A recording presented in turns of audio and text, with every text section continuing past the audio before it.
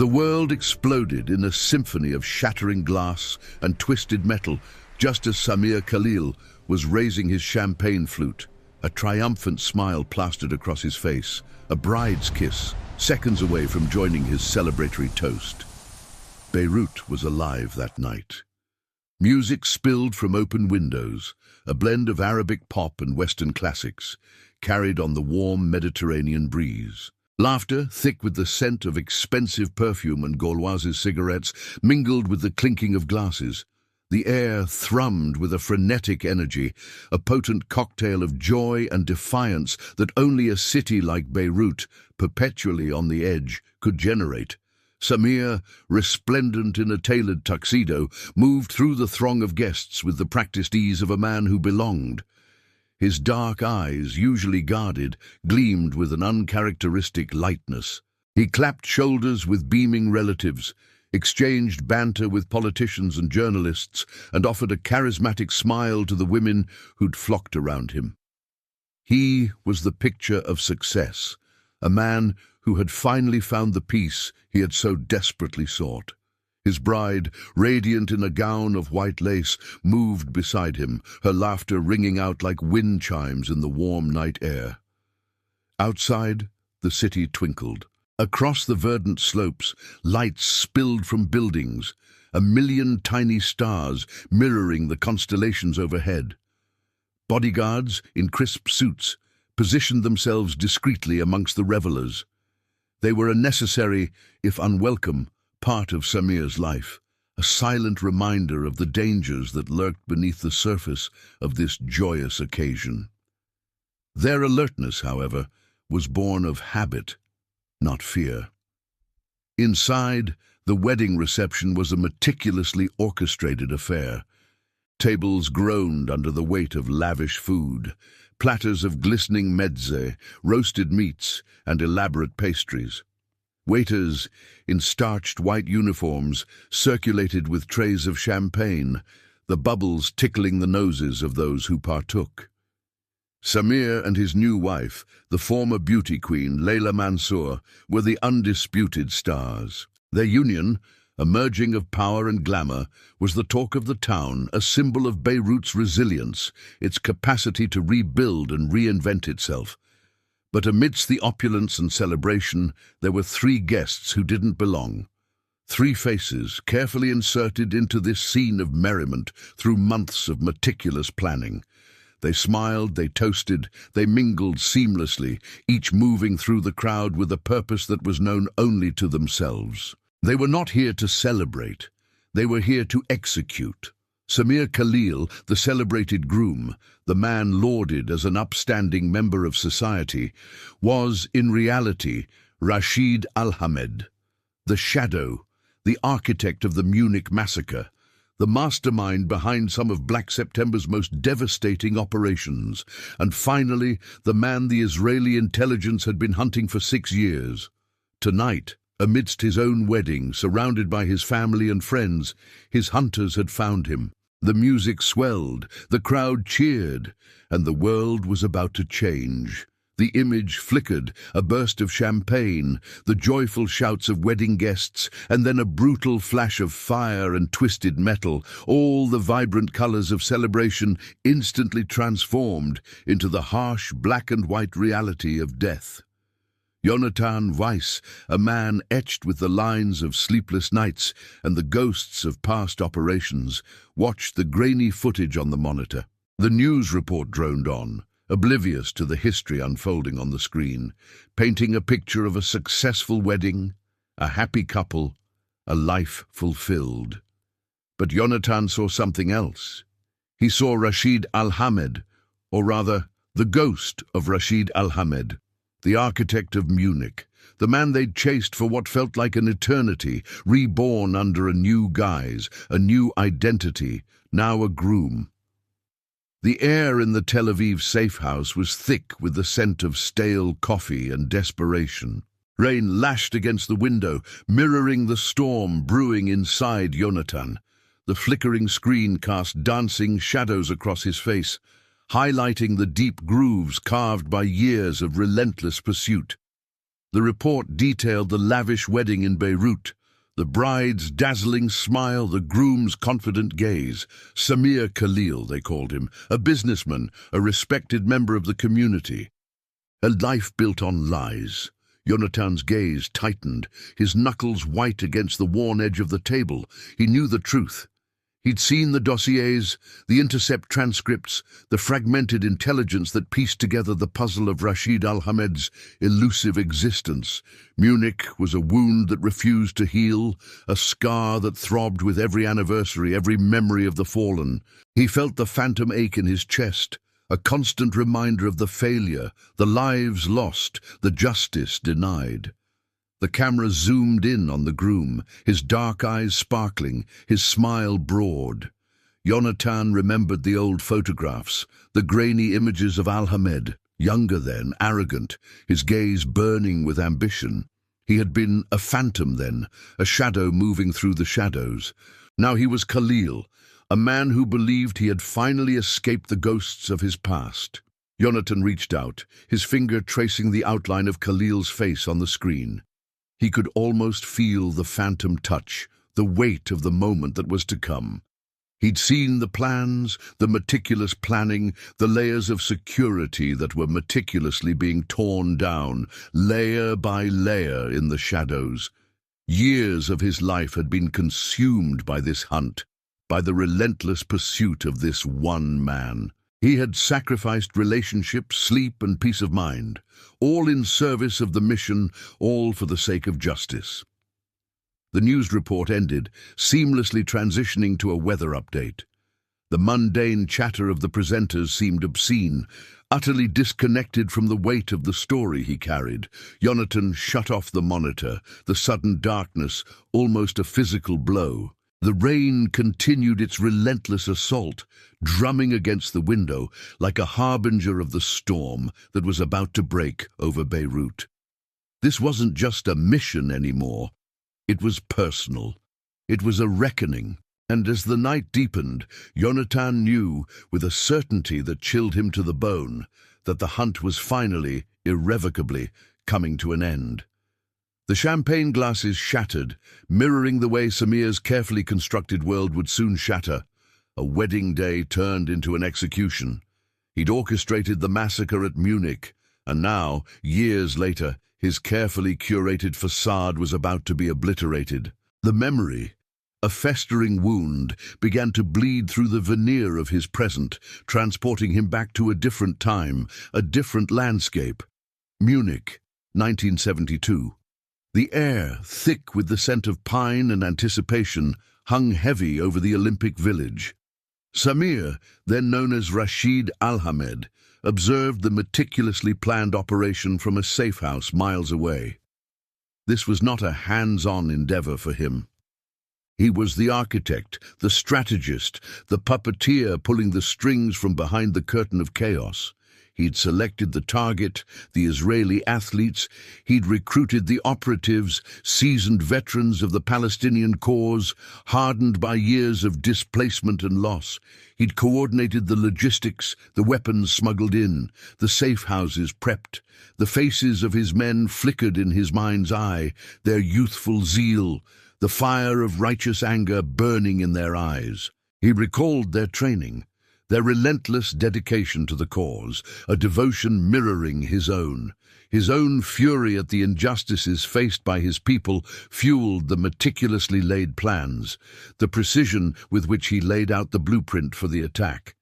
Samir saw the details in vivid clarity, feeling the heat of the summer sun beating down on his back. He envisioned the moment of infiltration, the silent movement of his operatives across the grounds. He imagined the hostages, the negotiations, the escalating tension that would grip the world. He was crafting a tragedy, but in his mind, it was a necessary evil, a scream for justice. He had learned early that true power resided not in brute force, but in the calculated deployment of violence. He understood the nuances of strategy, the need to target the symbolic, the need to shock the world into recognition. The athletes were not the objective. They were the conduit, the means to an end.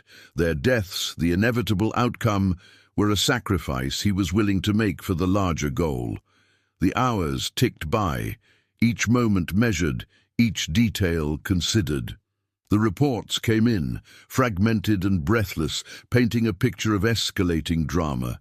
Samir imagined the chaos, the fear, the desperate attempts at negotiation. He heard the distant sirens, a dull drumbeat in the background of his ordered world. He felt no remorse, only the cold satisfaction of a plan perfectly executed.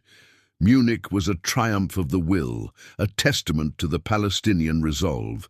The world would not ignore them now.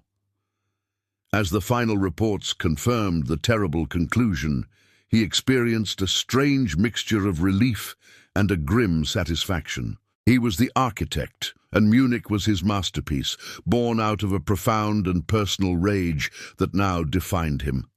The world saw a terrorist, a monster, but Samir saw a soldier, a warrior, and his father's legacy carried on in a blaze of international infamy. The world erupted in a cacophony of shattered glass and twisted metal, but for Samir al-Hamid, it was the echo of a forgotten life. His meticulously constructed world in Munich, the precision of his planning, had been reduced to a whisper in the wind. The subsequent years saw the Mossad's retribution unfold, a campaign christened Wrath of God. Yet despite the meticulous targeting, the hunt for Samir would stall, a glaring testament to the elusive quarry he had become. The initial wave of assassinations was surgical. Targets, hand-picked by a shadowy committee in Tel Aviv, fell swiftly. Diplomats, minor functionaries, and even the seemingly innocuous were extinguished in a series of meticulously planned strikes across Europe. The Mossad, fueled by the raw grief of a nation and the cold fire of vengeance, proved devastatingly effective. They used silenced weapons, booby-trapped phones, and car bombs. Each hit was a testament to their patience, the relentless pursuit, and the grim skill of their operatives. But Samir wasn't an easy mark. He vanished into the labyrinthine world of aliases, forged passports, and covert transit. He'd studied the very methods the Israelis might employ, understanding the patterns and tradecraft of his pursuers. He moved, chameleon-like, through the shadows of the Middle East, protected by the shifting allegiances and volatile political landscape of the era. Intelligence reports filtered back to Tel Aviv. Samir was spotted in Damascus, then Beirut, then Tripoli. Each sighting was a phantom, a whisper of his existence, and a cruel reminder of his ability to slip through their fingers. The failure to capture Samir had been marked by a catastrophic misstep in Lillehammer, Norway. A team of Mossad agents, acting on faulty intelligence, mistook a Moroccan waiter for Samir and killed him in front of his pregnant wife. The resulting international scandal brought the wrath of governments down on Israel, exposing the operation and forcing them to suspend the campaign. The image of the innocent man and his unborn child became a bitter public relations disaster. The Lillehammer incident cast a long shadow. The ensuing diplomatic pressure was immense, leading to arrests and trials of some of the operative. The world looked on in shock and condemnation. The carefully crafted facade of Israeli intelligence, capable of achieving its goals through precision and efficiency, was shattered, revealing the messy reality of the hunt. With Wrath of God temporarily grounded, Samir seized the opportunity. He knew the Mossad's playbook, understanding that the hunt, though paused, would never truly cease. He used the breathing space to disappear even further, operating from Beirut under the protection of Palestinian militias. The city was a haven, a lawless sprawl where he could evade detection and rebuild his life in anonymity. He embraced new identities, weaving himself into the fabric of the city's complex political and social strata.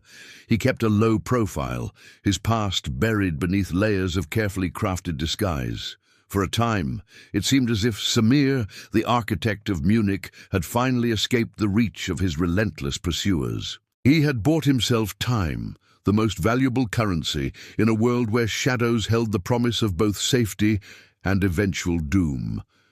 The hunt had been interrupted, but it wasn't over. Not by a long shot. The explosion ripped through the heart of Verdun, but even the roar of the blast couldn't fully drown out the echoes of what Samir al-Hamad had once been. A hunted man. Now, years after Munich and the botched attempt in Lillehammer, he was starting anew. He had embraced the shadows of Beirut, a city still scarred by its own conflicts, but offering a haven of anonymity. This was a man whose past was now a weapon, a shield forged in the fires of near-death experiences and fueled by a burning need for something more. He had become something of a ghost, moving through the labyrinthine streets with a chameleon's grace.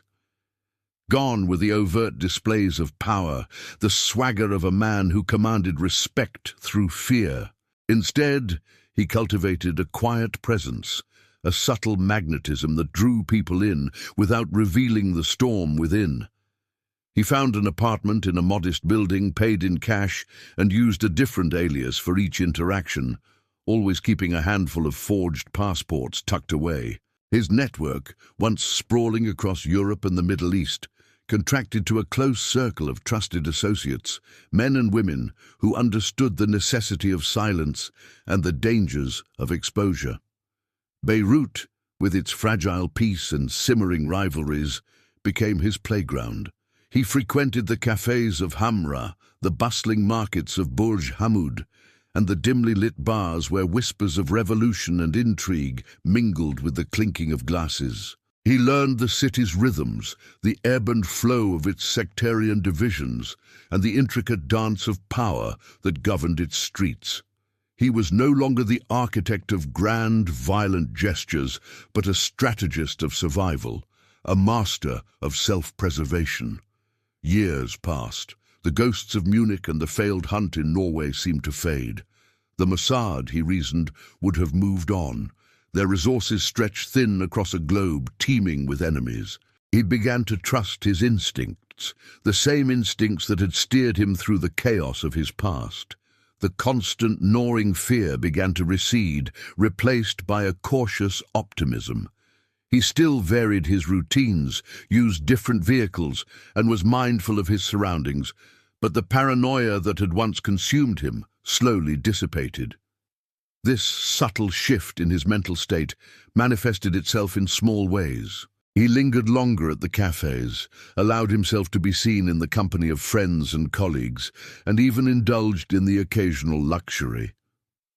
He started to frequent a particular tailor, took an interest in fine wines, and began to dream of a future where his past was nothing more than a distant memory. He was tired of being a phantom, yearning for a life where he could simply be Samir, a man of wealth, of power, a man enjoying the fruits of his hard work and careful planning. That was the life he had craved, the life that would solidify his legacy. The Mercedes exploded just after 3:35 p.m., turning the promise of a wedding day into a nightmare.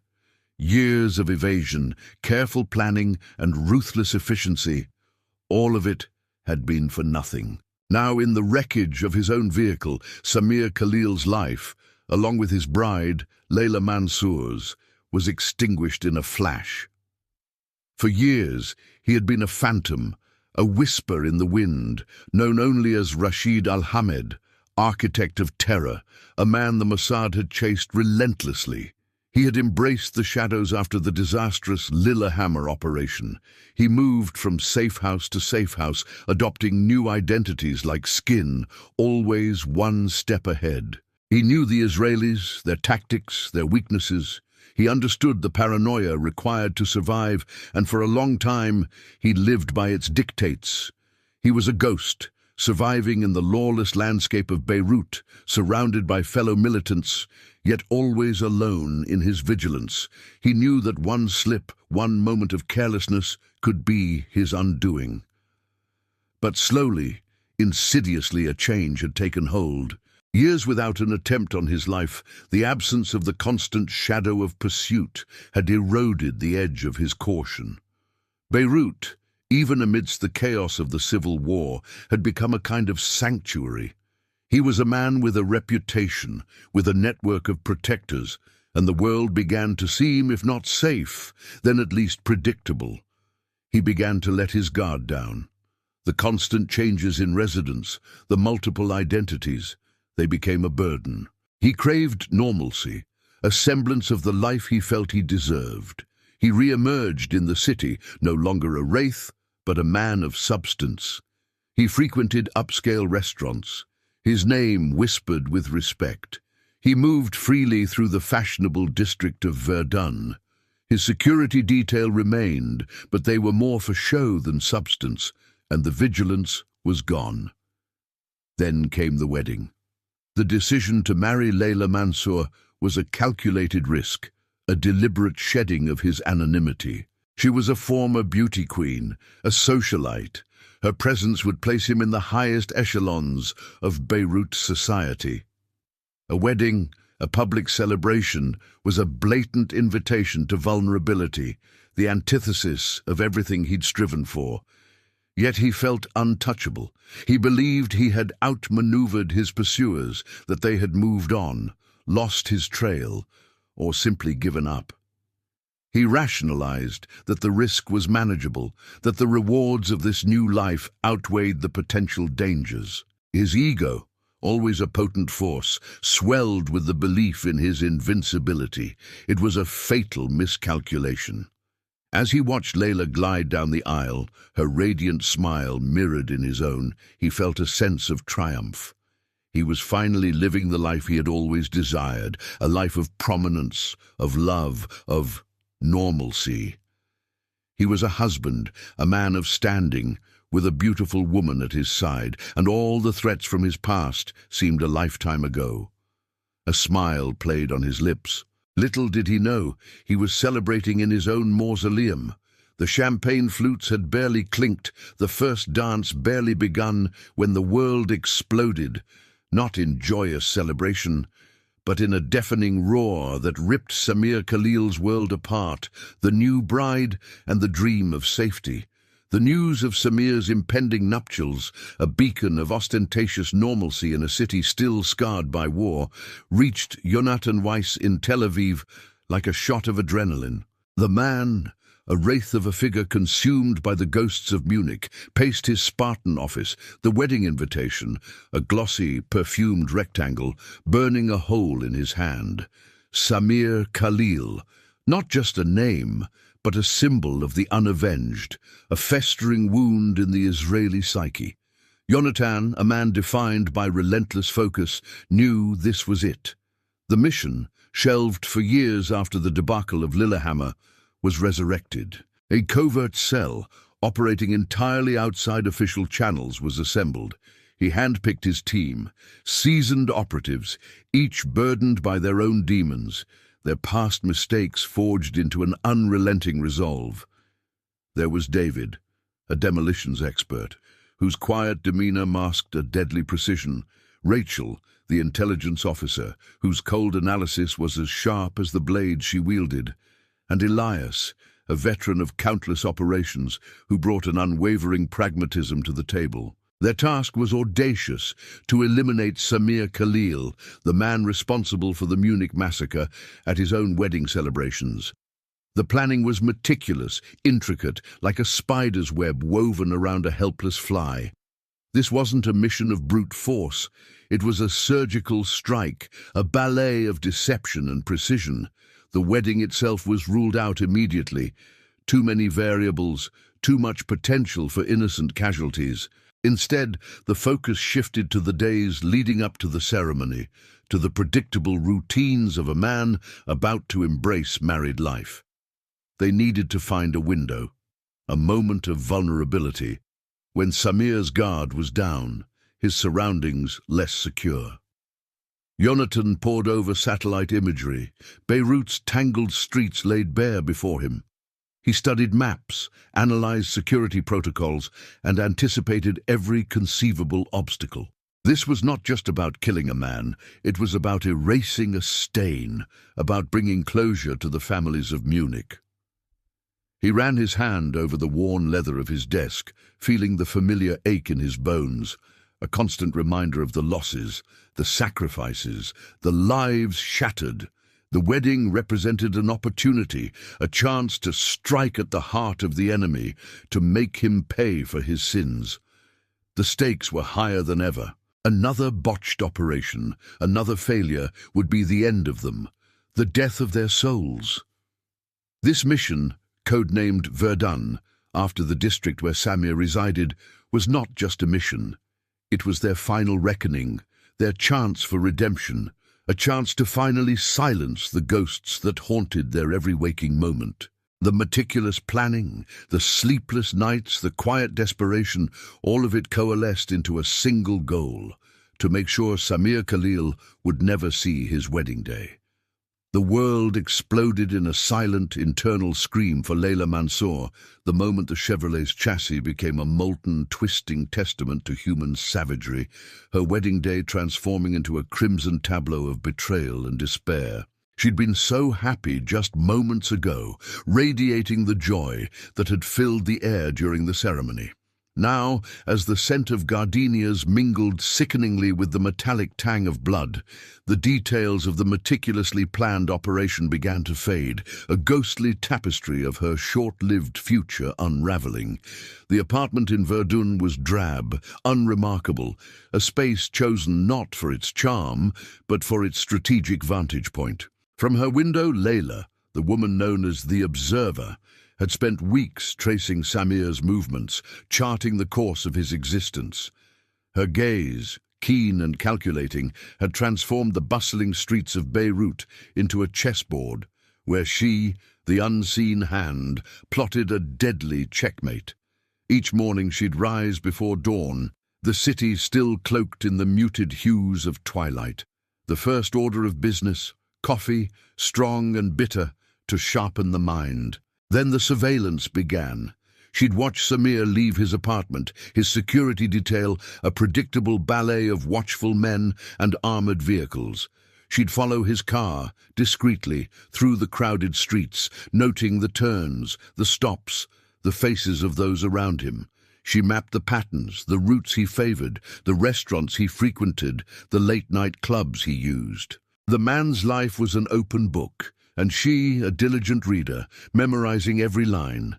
The apartment buzzed with a sense of purpose.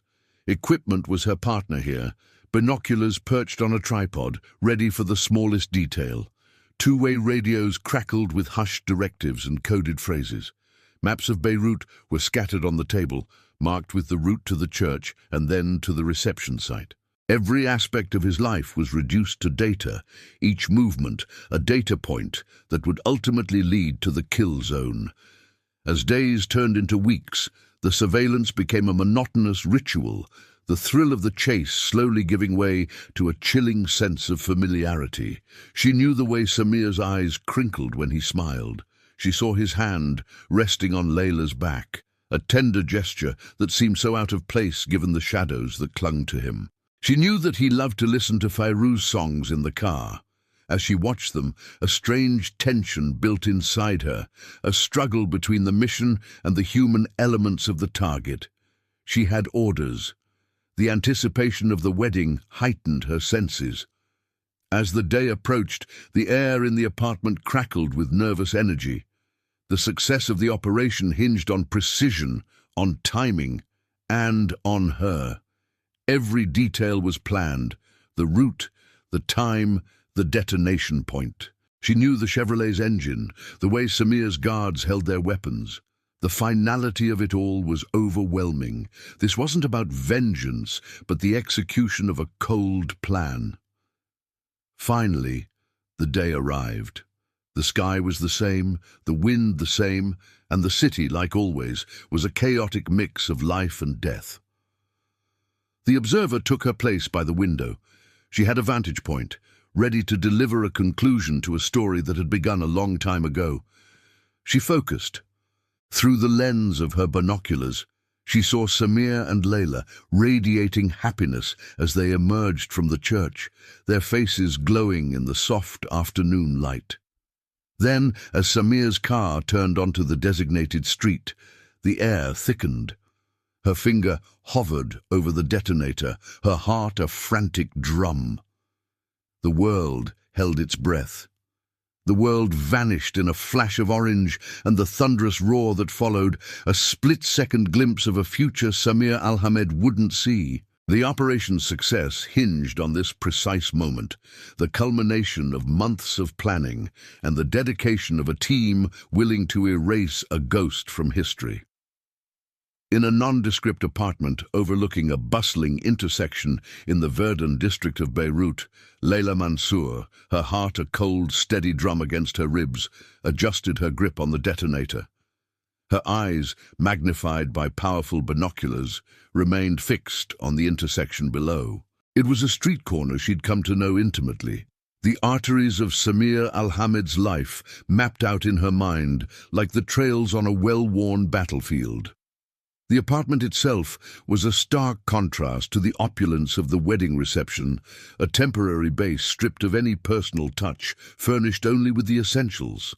Dust motes danced in the shafts of late-afternoon sunlight that pierced the drawn curtains, illuminating the sterile environment. The air was thick with the scent of stale coffee and the metallic tang of adrenaline.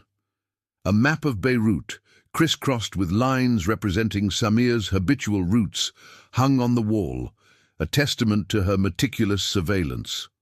The small, unassuming Volkswagen Beetle, the weapon in this silent war, sat innocently parked below, blending seamlessly into the chaotic street scene. Layla focused on her breathing, a practiced exercise to combat the rising tension. She replayed the plan in her head, the timing critical, the variables almost infinite. She saw Samir's convoy, a procession of black vehicles as they snaked their way through the crowded streets, each turn a potential deviation, each delay a test of their patience.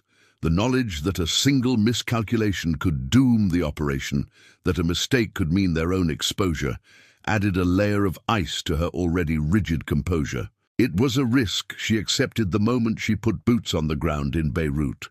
The weight of their mission and the legacy of Munich settled on her shoulders.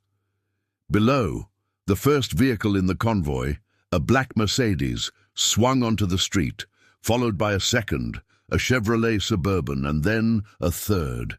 She could see Samir in the back seat of the Suburban, a flash of white shirt, a shadow of movement. He was unaware of the impending doom. It was time. Layla's finger hovered over the detonator, her senses amplified, every nerve ending screaming with anticipation. She watched the Suburban turn towards the chosen intersection, the tires humming a low song against the asphalt. It was the moment she had rehearsed in her mind countless times, the instant that determined the fate of many. The afternoon sun cast long shadows, painting the street in hues of orange and gold. The air crackled with a palpable tension, a premonition of the violence to come. The Suburban approached the Volkswagen, a slow, deliberate dance of death. Layla saw the driver's hand moving to shift gears and the casual conversation between the passengers. She took a final, steadying breath, her vision narrowing to a point, her focus entirely absorbed by the sight below. Her finger tightened on the detonator. Then, the Suburban was directly beside the Beetle. The moment had arrived. The champagne flutes shattered as the bomb detonated, the joyous clinking of glasses replaced by an ear-splitting roar, and in that instant, Samir Khalil, the man once known as Rashid Al-Hamed, ceased to exist.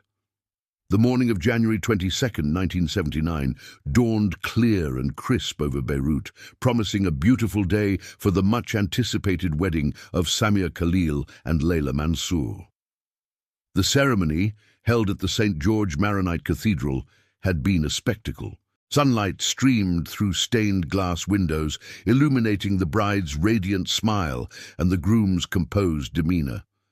Samir, impeccably dressed in a tailored suit, moved through the crowd with the practiced grace of a man accustomed to attention.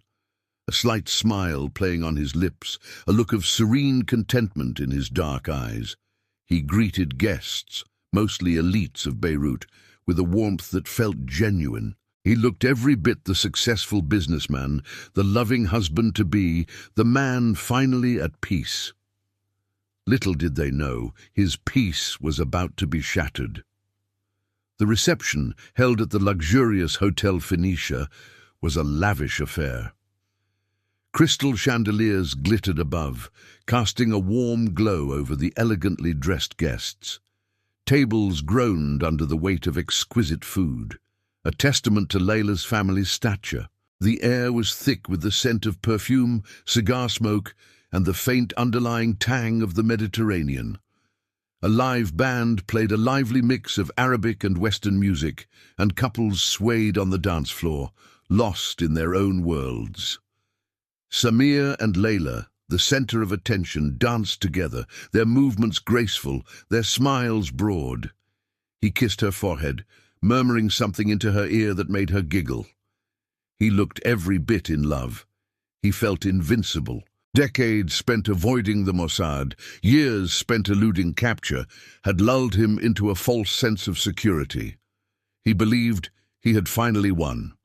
Throughout the day, the Mossad operatives kept a watchful eye. They observed from rooftops, apartment windows, and parked cars, their movements as invisible as the shadows they inhabited.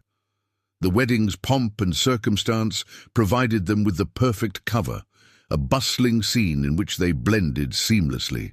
They watched Samir's every move, his interactions, the duration of his conversations, the direction of his gaze, noting every detail, comparing their observations with their intelligence. It all came together as they had predicted. The day was unfolding as planned. The hours passed.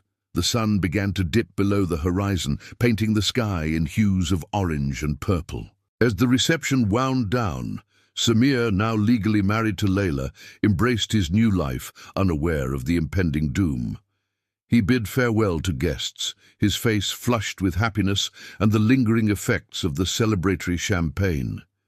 He felt no unease, no shadow of apprehension. His car would be the one to go straight home. He was a man who had stared death in the face and won. Now, at the apex of his happiness, he was about to meet it once more. He did not know that he was already on his final journey. The world shattered in an instant, the meticulously orchestrated symphony of Samir Khalil's life and death collapsing into a cacophony of twisted metal and human screams. The convoy, a symbol of his hard-won status, now a mobile coffin, was heading through the sun-drenched streets of Beirut, unknowingly moving towards the ambush.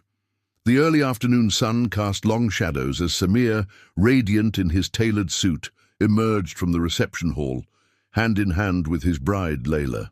The air, still thick with the scent of jasmine and the remnants of champagne, held a deceptive tranquility. He exuded an air of invincibility, the confident stride of a man who had stared into the abyss and emerged victorious. Little did he know, the abyss had been waiting, meticulously crafted, for this very moment.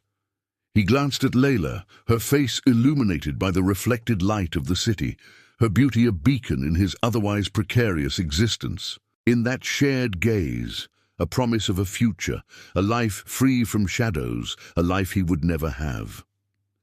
The lead vehicle in the convoy, a black Mercedes, sliced through the midday traffic with the practiced ease of seasoned bodyguards, oblivious to the silent death that lay in wait. The second vehicle, a Chevrolet Suburban, carried Samir, Layla, and a personal bodyguard. The final car held additional security, a rear guard. The sun beat down, turning the metal of the cars almost unbearable. Samir leaned back, a sigh escaping his lips. He was tired, but in a good way, content. Marriage, he thought, was a new chapter, a chance to finally shed the ghost of the past. Inside the nearby apartment overlooking the intersection of Verdun Street, the observer's heart hammered against her ribs, each beat a drumbeat of impending doom. Her eyes, magnified by binoculars, tracked the progress of the convoy. Sweat trickled down her temples as she adjusted the focus, the image of the Chevrolet growing larger, more defined. She could see Samir, a fleeting glimpse of his face, the curve of his smile, the final moments of his life. The street itself, narrow and lined with parked cars, seemed to hold its breath. The air crackled with a strange, unnatural stillness, a silence that amplified the distant hum of traffic and the chirping of unseen birds. It was the calm before the storm, the deceptive peace that preceded the eruption. The Chevrolet rounded the corner, its headlights gleaming in the sunlight. The observer held her breath, her finger hovering over the detonator. The instant the Suburban reached the designated kill zone, the spot where the unsuspecting Volkswagen Beetle sat waiting, the world around her would detonate too. She felt the knot of tension in her stomach tighten as the car approached the vehicle, now only meters away. This was it. The culmination of years of planning, of waiting, of a hunt that had stretched across continents. Her finger tightened, ready to unleash the fury she had been sent to bring. The world fractured in a heartbeat, a supernova of metal and fire that obliterated Samir Khalil's life, his wife's, and shattered the carefully constructed illusion of his safety. The agent in the apartment across the street held his breath, the binoculars glued to his eyes. He had been a part of this meticulously planned operation for months, watching, waiting, and now, finally, he squeezed the detonator in his hand. The street erupted. The quiet afternoon, thick with the scent of Mediterranean jasmine and the distant chatter of a city returning from lunch, was torn asunder by an ear-splitting boom that ripped through the very fabric of Beirut. The meticulously placed Volkswagen Beetle, a seemingly innocuous street fixture, blossomed into a fiery maw of destruction, the 20 kilograms of plastic explosive and ball bearings within unleashing their lethal payload. The Chevrolet Suburban, carrying Samir, his bride Layla, and a single bodyguard, was directly in the kill zone. The force of the blast lifted the vehicle off the ground, twisting it in mid-air before slamming it down onto its side, a mangled, burning wreck. The screams that followed were swallowed by the echoing concussion, the air thick with the smell of gasoline and the acrid tang of burnt metal and flesh. Inside the Suburban, chaos reigned. Samir, seated in the back, felt the world disintegrate around him. The ball bearings, propelled with incredible force, tore through the thin metal of the car, shredding him, turning his body into a bloody sieve. There was no pain, just an instant of blinding light, and then oblivion. Beside him, Layla, in her pristine wedding gown, had been rendered unrecognizable. The force of the blast had collapsed her body, a beautiful silhouette now a grotesque mess of pulverized bone and blood.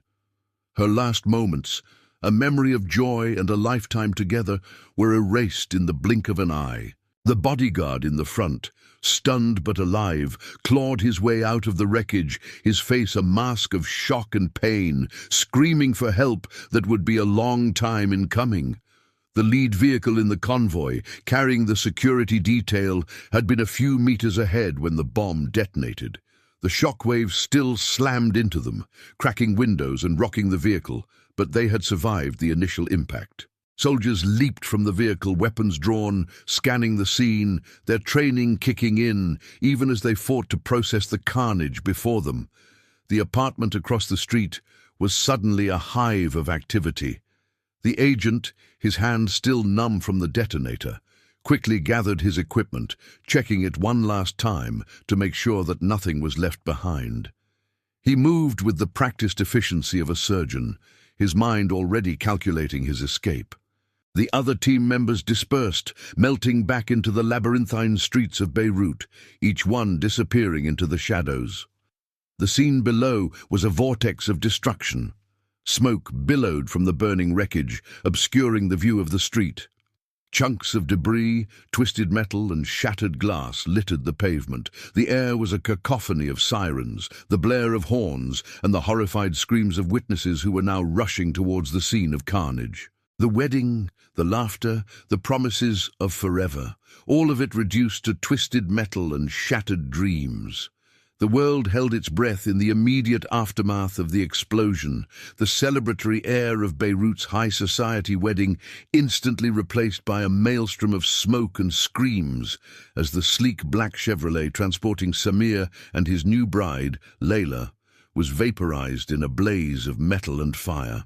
Panic seized the streets of Verdun as the acrid smell of burning rubber and gasoline choked the air, mingling with the scent of expensive perfumes and shattered wedding cake, a grotesque juxtaposition of celebration and annihilation. First responders, their faces etched with shock, rushed towards the carnage, sirens beginning to pierce the gathering cacophony.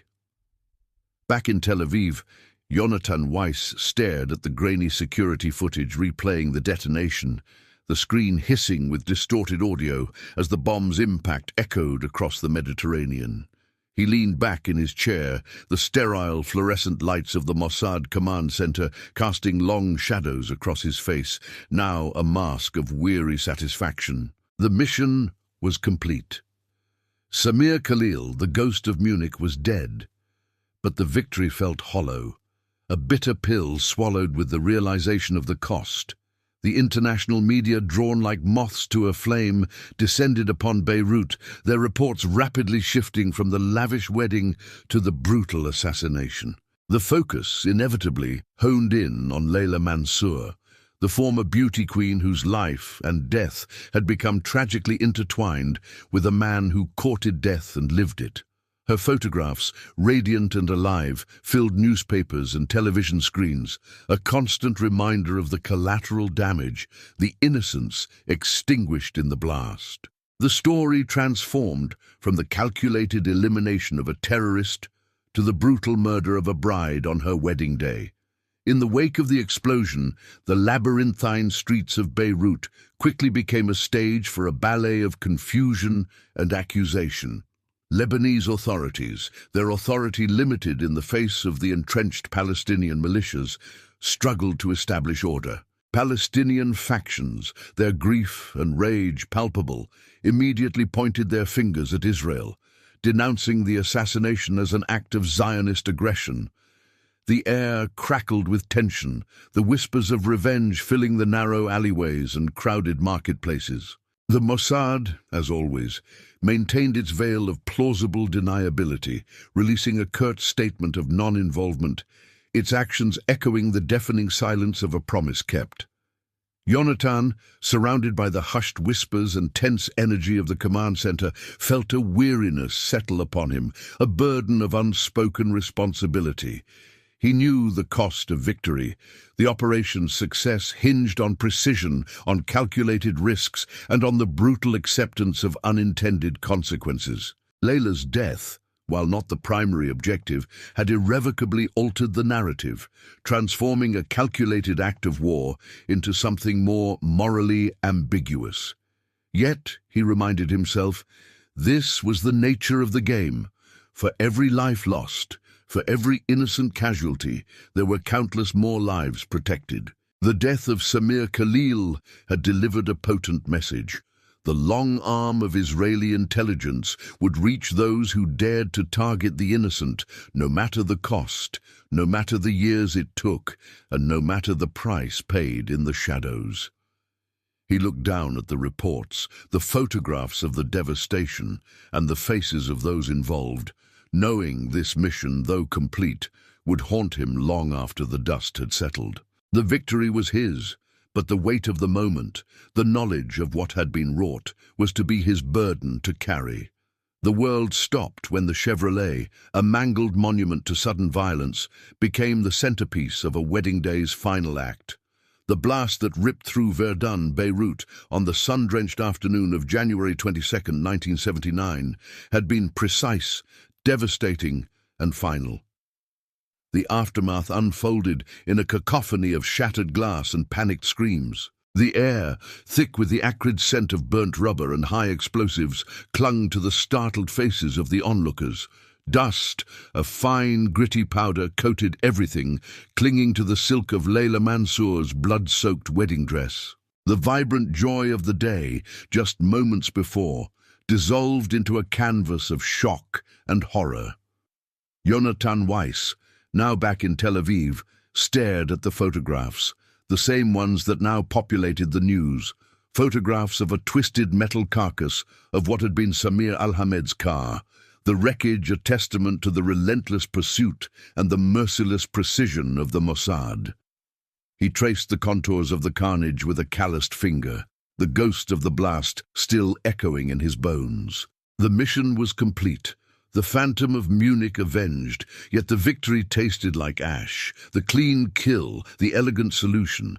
It had all come at a brutal price. The faces of the operational team in Beirut, those ghosts who had orchestrated the symphony of death, would remain cloaked in anonymity, their identities forever shielded by the veil of covert operations. They had vanished back into the shadows, leaving behind a trail of whispers and a legacy woven into the fabric of the ongoing conflict. They would be rewarded, their service appreciated in the quiet recesses of the intelligence community, and would live on carrying the knowledge that their actions had extinguished 2 lives, not just one. The weight of that truth, of Layla Mansour's innocent demise, would settle upon them, a burden carried in silence, a reminder of the moral compromises inherent in the world they inhabited. Some would find solace in the supposed greater good they had served. Others would wrestle with the darkness for the rest of their days, forever haunted by the echoes of a wedding day shattered by explosive force. The question lingered, a corrosive doubt that ate away at the edges of their certainty. Had they truly served Israel, or had they merely perpetuated the cycle of violence, creating new enemies to replace the old? Had they delivered justice, or simply ignited the next round of retribution? The answer, Jonathan knew, was lost in the labyrinthine complexities of the conflict, a truth obscured by the fog of war. The world moved on. The media, hungry for narratives, painted Layla as the tragic victim, a symbol of innocence lost to the crossfire of political machinations. In the refugee camps, Samir was hailed as a martyr, a hero felled by the enemy's treachery. The funerals, the eulogies, the vows of revenge, all were predictable, ritualistic responses to the inevitable. Yet the hunt didn't end. In the classified archives, the Mossad would record the mission, another data point in their ongoing analysis of operations. A study of both triumph and error. They would seek to refine their methods, sharpen their targeting, and prepare for the next authorization. For in the world of espionage, the hunt was a constant, a relentless game of cat and mouse where the stakes were life and death, and the only certainty was the relentless pursuit. The targets remained targets, regardless of the passage of time or the sanctuary they might seek, and the machinery of state-sponsored violence, that unseen engine, would continue to churn in the shadows. The hunt for vengeance, for security, for dominance, would continue in a world that, despite its best efforts, remained tragically incomplete.